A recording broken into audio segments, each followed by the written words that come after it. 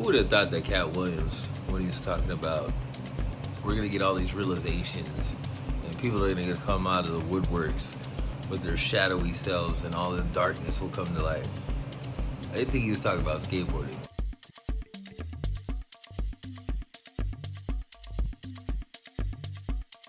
I mean, Aaron Cairo alone did not even need the Braille team or Braille as a whole.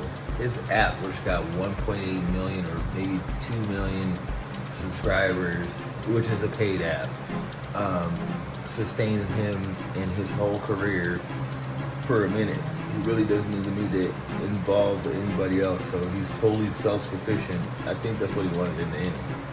And what about the team? The team is doing what they can in order to stay relevant. A lot of the team members that you see aren't really represented on YouTube with their own channels, like a big following. Most of them have a big following, but the recognizable one, Nigel, you know, and those guys, you know who the guys are.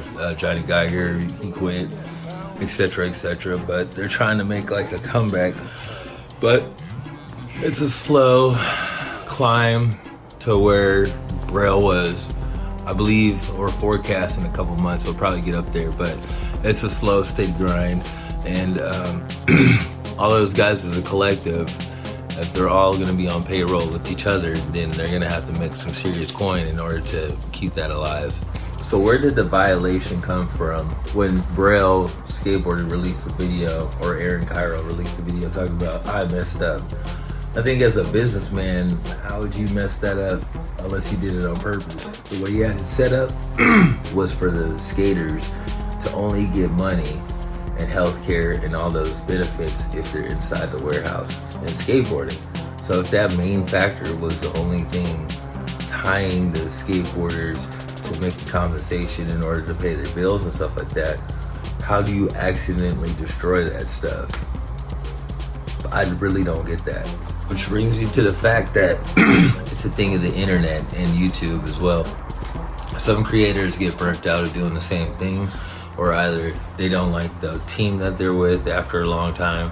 I mean, nobody really gets along. That's why all these rock bands from the 80s have a struggling story about getting together again and making the hits that they used to back when they were broke and really like striving towards doing something different for their lives. Or you have actors and actresses that used to do a whole bunch of good acting, making the crowds laugh, and then turn off on drugs and alcohol because they just can't get along with the co-stars. And then the realization sets in that that's the main bread and butter, the tie that binds them to money and monetary fame and everything that comes with being famous. And when they realize that they don't want to be in that lane and they're really just capping, this happens and they disassemble everything. I mean, when it comes to problem, even Zero had some problems with Chris Cole. I don't know how that resolved itself, but if you want to know about it, there's tons of videos on it. Chris Cole got dropped from all of his sponsors until they figured things out. It was a big debacle. But it all's coming out at the same time. That Cat Williams said that all this stuff would come to light, all the things in the dark.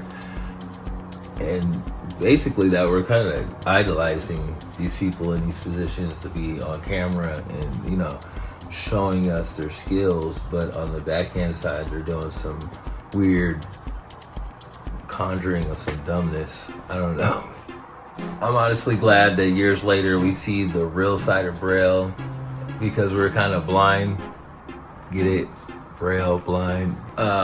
We see Aaron Cairo's true colors. It was really just a money grab. I mean, how many times can you teach 8 different ways to ollie, or the top 6 tricks that skaters go to, or whatever? It kind of gets annoying after a while. I could see that, you know, especially with the millions of views and all the eyes and attention. It's kind of a lot of pressure, especially if you didn't want to skate or if you wanted to take a trip or something like that. You didn't want to mess up your money coming in, your income, by not releasing a video on this time, having this thumbnail, etc. I'm pretty sure you probably want to go like more in depth of who he was or something like that. But since he didn't go that route or show who Andy Schrock is and, you know, their upbringing and all that, and, you know, the origin stories, then that's how I knew it was a money grab. And I knew this was gonna come. Like the hammer was gonna hit the gavel ground. What do you know? I mean, I knew it was gonna strike. The iron was gonna get struck. All these damn analogies. What the fuck? I knew it was gonna go bad when he didn't, like, you know, introduce some videos about him and the origins. So, you know, I was just waiting for it to all to crumble into pieces, and that's what it did this year.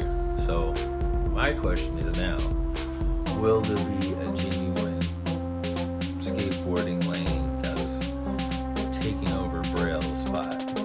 And here are a couple of teaching channels that I believe will take that spot here in the future. One channel is Skater IQ. I enjoy Skater IQ because he breaks down skateboarding in such a way with physics, science, and just practicality that you would get the tricks that you're trying to get. He covers anything from ollies, nose manuals, up into intermediate and advanced, and he also does vert work.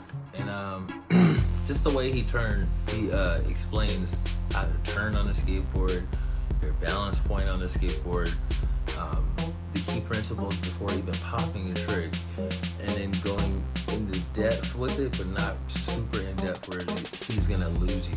Like, he kind of just goes over the practicality of why you're doing it, a purpose behind the move, and I really enjoy his stuff.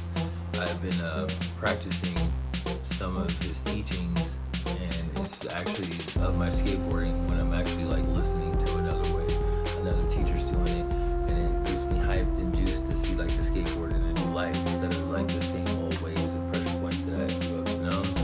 And it kind of like is rebuilding my skate repertoire. Like, I did an inward heel flip accidentally following this stuff, so definitely go check him out. It's Skater IQ. I think he will be more in position to take over what's going on what Braille left behind.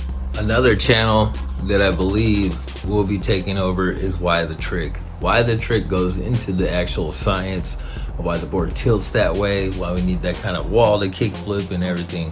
This guy is, I believe, possibly in China or Vietnam or somewhere out there in that side of the world, but he breaks it down with graphs, visuals, 3D visuals, and shows you why you basically do the trick and why it's done like that, and why we have like the same body movements in order to get the trick done, and how skateboarding is kind of like, you know, we're all the same, but we all have to figure out things through the physical exertion of learning the trick and stuff like that. So check out Why the Trick. I don't know if he'll take over the Spider Braille because he only like posts like every 6 months, but he's a good channel to look at too. But no matter what channel that you subscribe to, let's not have what happened to Braille again. Let's not build a cult following around something that's just like a money grab. I encourage people to learn these tricks, document it for themselves, maybe create your own YouTube channel. Think of it kind of like a time capsule to see where you are at to where you can go to. That's what I do on my channel when it comes to my skateboarding, and it's actually helped out a lot.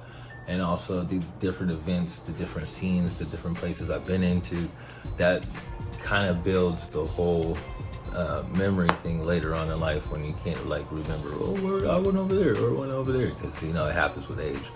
But thank you for watching, and this is just a video on who's going to take Braille's spot, and, you know, do some research on the people that you follow, you know, especially if they have a cult-like following like Braille did.